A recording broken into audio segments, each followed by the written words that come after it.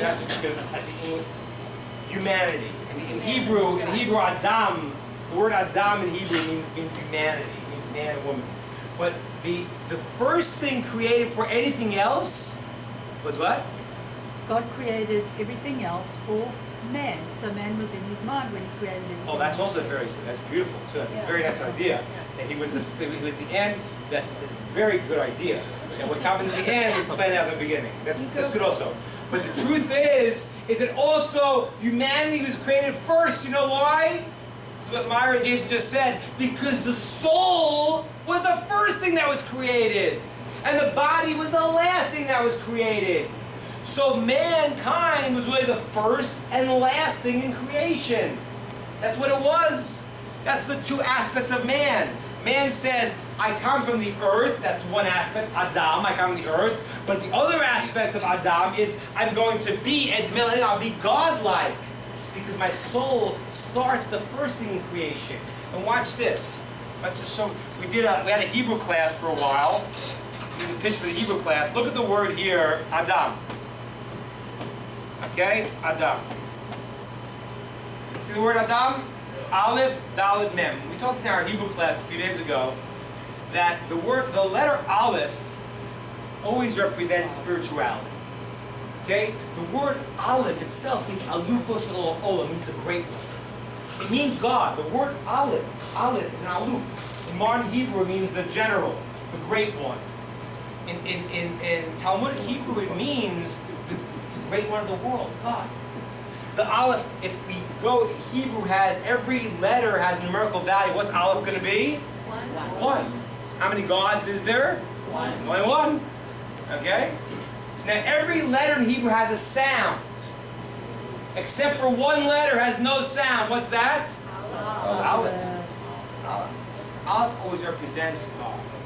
Many ways it's true, but that's what it is. So look at this word now. You have the word Aleph, that's God. That's godliness, spirituality. I'm going to make this red to help you out here. And this word, Dam. Does anyone know what the word Dam means? Blood.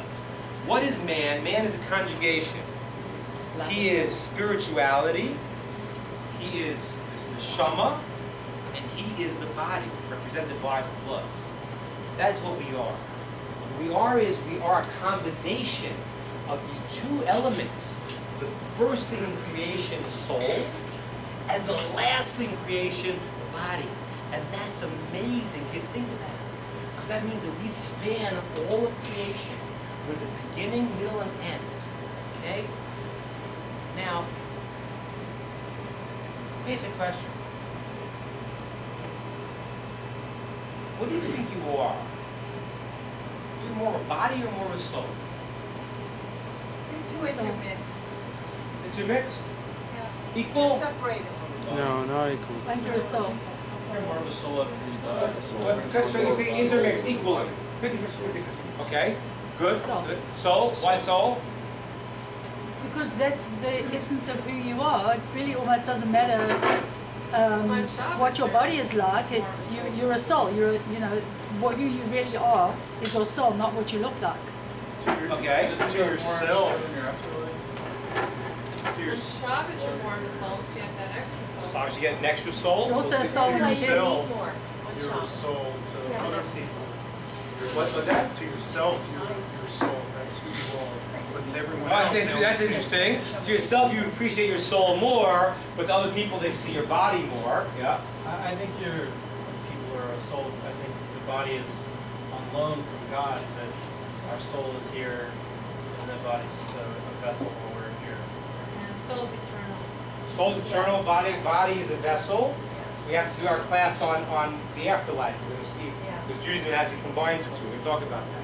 But let me. I've given this example before, but let me say it again because I think it brings the point home. If you would go and you would you're walking through the desert for 3 days and you had nothing to drink, and you're plowing through the Sahara. Water. After 3 days, I catch you and I say, "Are you thirsty, John?"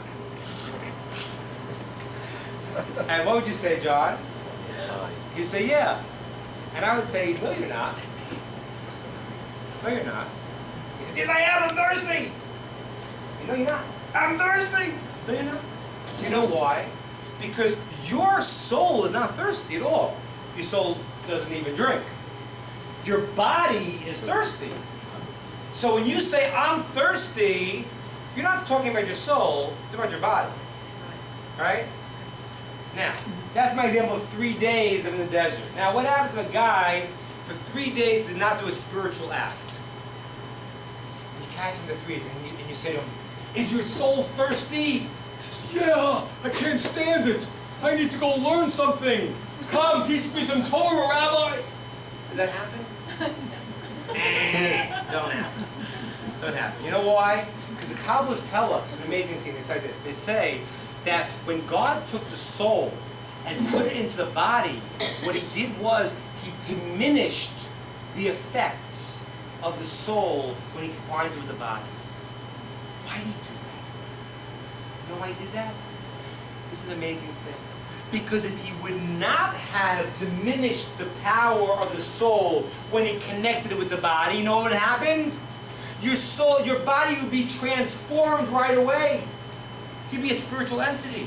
You'd be walking around in the most spiritual way. Your soul would change your body. And then you'd have no job in this world to choose. Because it'd be so easy. You'd be walking around, you're a soul. You see the world clearly. Some guy says to you, he's going to give a choice. What do you want to do? You want to come to a spiritual act? You want to go get some Ben and Jerry's? Yeah. What do you say? Are you crazy? What flavor? It's Chunky Monkey, man! I don't care if Chunky Monkey. It's irrelevant to me. I want to go learn Torah. Are you crazy? I got a sundae, and I got margaritas, and I got all this stuff. If your soul was in its full bloom when it's put into the body, you would have no conflict. You'd be totally spiritual. But in that conflict, don't you get closer to the creator of the universe? That's right. Because then when you choose something that gets you closer, then that's growth. Exactly. And that's why God had to diminish the power of the soul when he combined it with the body to put it on exactly the point of free will. Because now your soul is not overpowering your body. If your soul would be in your body in its full greatness, it would transform you. You'd have no free will. It'd be too obvious. He diminishes for that reason exactly, Myra. So that now you could choose between good and evil. And part of you is pulling you towards the Ben and Jerry's. That's your body saying Ben and Jerry's. And your soul saying, hey, let's go learn some spiritual stuff. That's the dynamic of a person. And I want to now tell you actually a time we had this. Before we were born, this is a statement from the Talmud. The Talmud says the following story. It says that when a child's in the mother's womb, this is an amazing way the Talmud describes it. So when the child's in the mother's womb, what happens like this? There's a spiritual force, an angel, that teaches the child all of the Torah. In the mother's womb. Right? All of us, when we were fetuses, the angel would teach us all the Torah. And it says there in the Talmud, there's a light, a candle, above the baby's head, the embryo's head, the fetus. And it sees from one end of the earth to the other. And it knows everything. It knows the whole Torah. Then it comes time to be born. And the angel goes, the spiritual force goes before it's born, and it hits the fetus on the mouth. The fetus is born and forgets all the Torah it learns. No? That's pretty Kabbalistic. What does that mean? What does that mean? You have a candle above your head, and the baby. I don't know about you, but I was a fetus at one point. I don't remember any of that. I don't remember anything. I don't remember seeing a candle. I knew the whole Torah, and then I got hit in the mouth. I forget the Torah. Why hit me in the mouth for? You know, like why did it slap me in the face? You know, hey, what's this all about? Listen to what it means like this. Whenever you talk, you ever hear people talk about like near-death experiences? You ever talk about that? So they start describing. They say, you know what? They said what happened was they felt their soul was like leaving their body. Sometimes they say, well, I saw what's happening in the next room. Now, how could they see what's happening in the next room? How is that possible if they're not in the next room? They said, I saw what's happening in another place. How is that possible?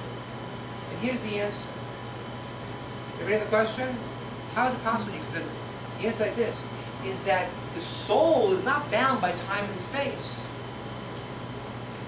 When the soul is separated from the body, it's not bound by time and space. It can see the next room. It's not a physical entity. Therefore, it's not bound by time. It sees what's happening in the next place, one end of the earth to the other. It can see all of that. It's only when the soul is entrapped in the body